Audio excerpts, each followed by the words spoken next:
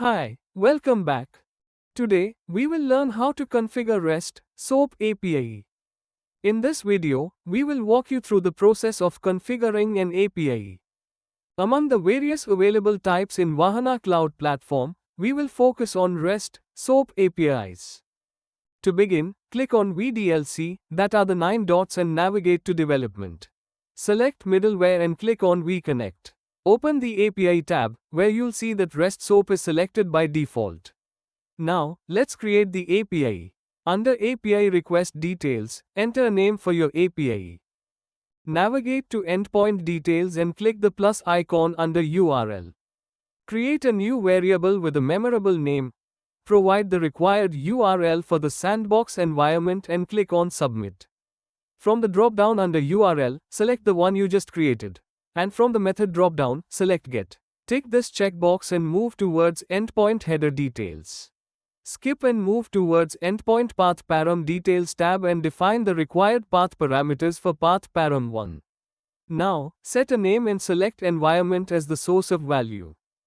Click on Add. A pop-up screen opens where you enter a variable name and provide the sandbox URL.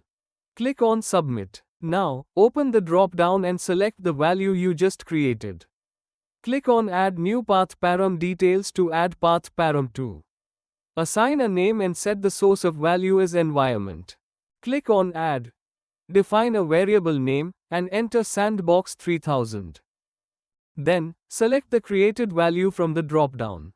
Now, again click to add for Path Param 3, entity parameter, and name it as per your preference like entity. Set the source of value as request body and enter the value as $.entity. Click on Save. Then, click on the export icon. Select Export to export the API into the service. Head towards the Release Management dashboard and click on the Sync icon. Navigate back to vConnect to test the API in vTest. Under Services, click the vTest icon.